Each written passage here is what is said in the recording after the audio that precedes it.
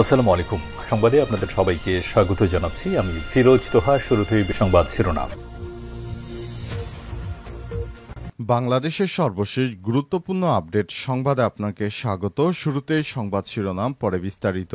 প্রথমেই জানাবো, তারেক রহমানের ফেরার জন্য লন্ডন এবং বাংলাদেশে প্রস্তুতি চলছে বললেন অ্যানি। বিএনপির ভারপ্রাপ্ত চেয়ারম্যান তারেক রহমান খুব শীঘ্রই দেশে ফিরবেন বলে জানিয়েছেন দলটির যুগ্ম মহাসচিব শহীদুদ্দিন চৌধুরী অ্যানি। তিনি আরও বলেছেন, তারেক রহমানের জন্য লন্ডন ও বাংলাদেশে প্রস্তুতি চলছে। তাকে বরণ করার জন্য নেতাকর্মীরা প্রস্তুত। আজ রাজধানীর সেগুনবাগিচায় ঢাকা রিপোর্টার্স ইউনিটিতে মিট দ্য রিপোর্টার্স অনুষ্ঠানে সাংবাদিকদের প্রশ্নের জবাবে তিনি সব কথা বলেছেন। জানাবো, ইরানকে $30 বিলিয়ন গোপন প্রস্তাব দিল যুক্তরাষ্ট্র। ইরানের সঙ্গে সমঝোতায় পৌঁছাতে গোপনে কূটনৈতিক প্রচেষ্টা চালাচ্ছে মার্কিন যুক্তরাষ্ট্রের প্রেসিডেন্ট ডোনাল্ড ট্রাম্প। ইরানকে আলোচনার টেবিলে ফিরে আনা এবং মার্কিনীদের কথামতো চালাতে ডোনাল্ড ট্রাম্প প্রশাসন নানাভাবে চেষ্টা করছে। বিষয়ে 4টি সূত্র সিএনএনকে গুরুত্বপূর্ণ তথ্য জানিয়েছে। এ বিষয়ে গুরুত্বপূর্ণ সংবাদ জানাবো, সঙ্গেই থাকুন। এরপর জানাবো, পরমাণুর জন্য নয়, ইরানকে আত্মসমর্পণ করাতে হামলা করা হয়েছিল বললেন খামেনি। ইসরায়েলের বিরুদ্ধে ইরান বিজয় অর্জন করেছে বলে দাবি করেছেন ইরানের সর্বোচ্চ ধর্মীয় নেতা আয়াতুল্লাহ আলী খামেনি। তিনি বলেছেন, এই যুদ্ধে ইসরায়েল ধ্বংস হয়ে যেত, তাই ইসরায়েলকে রক্ষার জন্য যুক্তরাষ্ট্র যুদ্ধে জড়িয়েছিল, কিন্তু ইরান আমেরিকার মুখে একটি কঠিন থাপ্পড় দিয়েছে। জানাবো, পারমাণবিক ইস্যুতে যুক্তরাষ্ট্রের সঙ্গে বৈঠকের কোনো পরিকল্পনা নেই বলছে ইরান। যুক্তরাষ্ট্রের সঙ্গে পারমাণবিক ইস্যুতে নতুন করে আলোচনায় বসার কোনো পরিকল্পনা নেই বলে জানিয়েছে ইরানের পররাষ্ট্রমন্ত্রী সৈয়দ আব্বাস আরাকচি। দেশটির রাষ্ট্রীয় সম্প্রচার মাধ্যমে এক সাক্ষাৎকারে তিনি এই খবর জানিয়েছেন। জানাবো, হাসিনার পালিয়ে যা ব্রেকিং নিউজ দিয়ে পুরস্কার পেলেন শফিকুল। ছাত্র জনতার তীব্র আন্দোলনের মুখে গত 5 আগস্ট পদত্যাগ করে হেলিকপ্টারে করে ভারতে পালিয়ে যায় হাসিনা। আর এই খবর সবার আগে দিয়েছিলেন বার্তা সংস্থা এএফপির বাংলাদেশ ব্যুরো প্রধান শফিকুল আলম। আজ অন্তর্বর্তীকালীন সরকারের প্রধান উপদেষ্টার পেশ সচিব শফিকুল আলম যেখানে নিজের এসওপিএ পুরস্কার পাওয়ার কথা জানান তিনি। প্রিয় দর্শক, এতক্ষণ শুনছিলেন সংবাদ শিরোনাম, এবারে বিস্তারিত।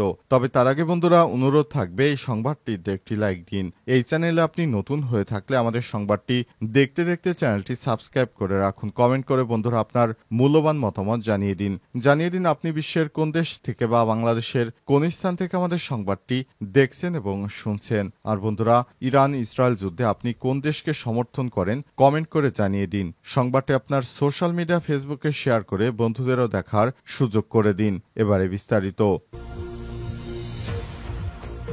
তারেক রহমানের ফেরার জন্য লন্ডন এবং বাংলাদেশে প্রস্তুতি চলছে বললেন অ্যানি। বিএনপির ভারপ্রাপ্ত চেয়ারম্যান তারেক রহমান খুব শীঘ্রই দেশে ফিরবেন বলে জানিয়েছেন দলটির যুগ্ম মহাসচিব শহীদুদ্দিন চৌধুরী অ্যানি। তিনি আরও বলেছেন, তারেক রহমানের জন্য লন্ডন ও বাংলাদেশে প্রস্তুতি চলছে। তাকে বরণ করার জন্য নেতাকর্মীরা প্রস্তুত। আজ রাজধানীর সেগুনবাগিচায় ঢাকা রিপোর্টার্স ইউনিটিতে মিট দ্য রিপোর্টার্স অনুষ্ঠানে সাংবাদিকদের প্রশ্নের জবাবে তিনি সব কথা বলেছেন। এ সময় তিনি বলেন, বিএনপি আগামীতে ক্ষমতায় গেলে দুর্নীতির বিরুদ্ধে জিরো টলারেন্স নীতি নেওয়া হবে বলে জানান। তিনি আরও বলেন, দুর্নীতি দুঃশাসন আমাদের সমাজ ব্যবস্থাকে ধ্বংস করে দিচ্ছে। স্বাধীনতার পর থেকে দেশের প্রশাসনে লাল ফিতার দৌরাত্ম্য দেখে আমি কম বেশি সমাজে কিছু ব্যক্তি অথবা রাজনীতির সঙ্গে জড়িয়ে ব্যক্তিরা এই ধরনের কর্মকাণ্ডে জড়িয়ে পড়েছে বিদায় দুর্নীতি বেড়েছে। কিন্তু গত 17 বছর দুর্নীতি ছিল আকাশচুম্বী। হাজার হাজার কোটি টাকা পাচার করা হয়েছে। আজ বাংলাদেশ খাদের কিনারায় চলে গেছে। এখান থেকে উদ্ধার হতে হলে দুর্নীতি বন্ধ করতে হবে। সবাই মিলে দুর্নীতির বিরুদ্ধে প্রতিরোধ গড়ে তুলতে হবে। বিএনপির এই কেন্দ্রীয় নেতা আরও বলেছেন, আমরা বিএনপির ঘোষিত 31 দফা উল্লেখ করেছি। দুর্নীতি বন্ধ করার জন্য কঠিন পদক্ষেপ নিতে হবে।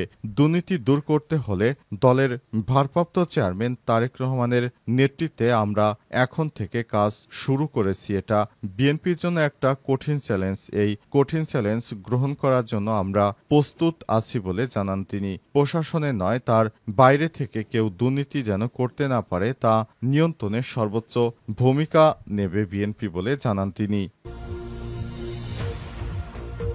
ইরানকে $30 বিলিয়ন গোপন প্রস্তাব মার্কিন যুক্তরাষ্ট্রের। ইরানের সঙ্গে সমঝোতায় গোপনে কূটনৈতিক প্রচেষ্টা চালাচ্ছে মার্কিন যুক্তরাষ্ট্র। ইরানকে আলোচনার টেবিলে ফিরে আনা এবং মার্কিনীদের কথামতো চালাতে ডোনাল্ড ট্রাম্প প্রশাসন নানাভাবে চেষ্টা করছে। 4টি সূত্র সিএনএনকে গুরুত্বপূর্ণ চাঞ্চল্যকর তথ্য দিয়েছে। সূত্র মতে ট্রাম্পের প্রশাসন ইরানকে বেসামরিক শক্তি উৎপাদনকারী পারমাণবিক কর্মসূচি গড়ে তুলতে সহায়তা করার জন্য $30 বিলিয়ন পর্যাপ্ত অর্থ প্রদান, নিষেধাজ্ঞা শিথিল করা এবং বিশ্বব্যাপী ইরানের ফ্রিজ হওয়া তহবিল বিলিয়ন ডলার মুক্ত করার বিষয়ে আলোচনা করেছে। আর এসবই করা হচ্ছে অত্যন্ত গোপনে। যুক্তরাষ্ট্র ও মধ্যপ্রাচ্যের মূল খেলোয়াড়রা গত 2 সপ্তাহে ইরান ও ইসরায়েলের সামরিক হামলার মধ্যে পর্দার আড়ালে ইরানিদের সঙ্গে কথা বলেছে। যুদ্ধবিরতি চুক্তির পর এই সপ্তাহে আলোচনা অব্যাহত রয়েছে। ট্রাম্প প্রশাসনের কর্মকর্তারা জোর দিয়ে বলেছেন, বেশ কয়েকটি প্রস্তাব উপস্থাপিত হয়েছে। এগুলো প্রাথমিক ও ক্রমবর্ধমান, তবে একটি অআলোচনাযোগ্য সত্য বহাল রয়েছে, তা হল ইরানের ইউরেনিয়াম সমৃদ্ধকরণ শূন্য হতে হবে। যদিও ইরান ধারাবাহিকভাবে বলেছে তাদের প্রয়োজনে ইউরেনিয়াম সমৃদ্ধকরণ করা হচ্ছে, তবু চাপ প্রয়োগকারীরা এই সত্যকে ছাড় দিতে নারাজ। 2টি সূত্র সিএনএনকে অন্তত একটি প্রাথমিক খসড়া প্রস্তাব সরবরাহ করেছে। এতে ইরানের জন্য বেশ কয়েকটি প্রণোদনা অন্তর্ভুক্ত রয়েছে। গত শুক্রবার হোয়াইট হাউসে মার্কিন বিশেষ দূত স্টিভ উইটকপ এবং উপসাগরীয় অংশীদারদের মধ্যে একটি গোপন বৈঠকে কিছু বিবরণ চূড়ান্ত করা হয়েছে। মার্কিন সামরিক হামলার আগের দিন ছিল কয়েক ঘন্টা সেই বৈঠক সম্পর্কে জানা 2টি সূত্র সিএনএনকে তথ্য নিশ্চিত করেছে। পরমাণুর জন্য নয়, ইরানকে আত্মসমর্পণ করাতে হামলা করেছিল যুক্তরাষ্ট্র, বললেন খামেনি। ইসরায়েলের বিরুদ্ধে ইরান বিজয় অর্জন করেছে বলে দাবি করেছেন ইরানের সর্বোচ্চ ধর্মীয় নেতা আয়াতুল্লাহ আলী খামেনি। তিনি বলেছেন, আমরা কখনোই জায়নবাদী ইহুদিবাদী ইসরায়েলের পক্ষে কখনোই কাজ করব না। ইহুদিবাদী ইসরায়েল এবং যুক্তরাষ্ট্র আমাদেরকে পরাজিত করার জন্য নানা কুচক্রান্ত তৈরি করেছে, কিন্তু আমরা অত্যন্ত সফলভাবে ইহুদিবাদী ইসরায়েল সমস্ত হামলাকে মোকাবেলা করেছি। আমরা চাই অত্যন্ত সুন্দরভাবে একটি ইহুদিবাদী ইসরায়েলকে ধ্বংস করে দেওয়ার জন্য। আমরা চাই যেন ইহুদিবাদীরা ভবিষ্যতে আর কোনোদিনও কোনো রাষ্ট্রের সঙ্গে আর খবরদারি করতে না পারে, যেমনটা তারা ইরানে এসে মার্কিন যুক্তরাষ্ট্র হেরে গেছে। ইরান এমনভাবে তাদেরকে উচিত শিক্ষা দিয়েছে যে ভবিষ্যতে তারা আর কখনো খবরদারি করতে পারবে না। তিনি বলেন, আমাদের ইসলামী শাসন ব্যবস্থাকে ধ্বংস করার জন্য এই প্রস্তাব দিয়েছিল যুক্তরাষ্ট্র। যুক্তরাষ্ট্রের এই প্রস্তাব আমরা কখনোই মেনে নেইনি।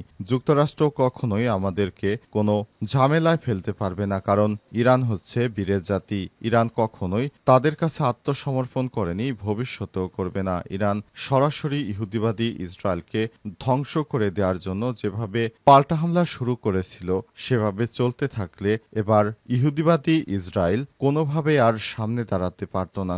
শুধুমাত্র তাদের মিত্র মার্কিন যুক্তরাষ্ট্রের কারণে ইরান তাদের কিছু হামলা প্রতিহত করেছে। যুক্তরাষ্ট্রের কারণে ইরান হয়তো অতটা সামরিকভাবে সক্ষমতা দেখাতে না পারলেও যদি মার্কিন যুক্তরাষ্ট্র ইহুদিবাদীদের সহায়তা না করত, তাহলে দেখা যেত ইরান কি পারে। পারমাণবিক ইস্যুতে যুক্তরাষ্ট্রের সঙ্গে বৈঠকের কোনো পরিকল্পনা নেই বলছে ইরান। যুক্তরাষ্ট্রের সঙ্গে পারমাণবিক ইস্যুতে নতুন করে কোনো আলোচনায় বসার পরিকল্পনা নেই বলে জানিয়েছেন ইরানের পররাষ্ট্রমন্ত্রী সৈয়দ আব্বাস আরাকচি। আজ দেশটির রাষ্ট্রীয় সম্প্রচার মাধ্যমে দেয়া এক সাক্ষাৎকারে তিনি এই কথা বলেছেন খবর বার্তা সংস্থা আনাদুলুর। তিনি বলেছেন, আমরা চাই পুরো যুক্তরাষ্ট্র ভবিষ্যতে যেন আর কখনোই আমাদের উপর হামলা চালাক, এই ধরনের কোনো সিচুয়েশন তৈরি না হয়। তিনি বলেন, আমরা চাই মার্কিন যুক্তরাষ্ট্র যেন তারা নিরপেক্ষ থাকে। পুরো পৃথিবীতে সমস্ত দেশের কাছে পারমাণবিক অস্ত্র রয়েছে, তাহলে আমরা কি দোষ করলাম? আমরা তো শুধু আমাদের জনগণের জন্য এগুলো তৈরিও করিনি, আমরা শুধু পরিকল্পনা করছি যে কিভাবে পারমাণবিক স্থাপনা দিয়ে কিভাবে স্বল্প টাকায় বিদ্যুৎ উৎপাদন করা যায়। তারপরও মার্কিন যুক্তরাষ্ট্র ইরানের উপর অবৈধভাবে হামলা করেছে। আমরা যুক্তরাষ্ট্রের কাছে বিষয়টি জানাতে চাই।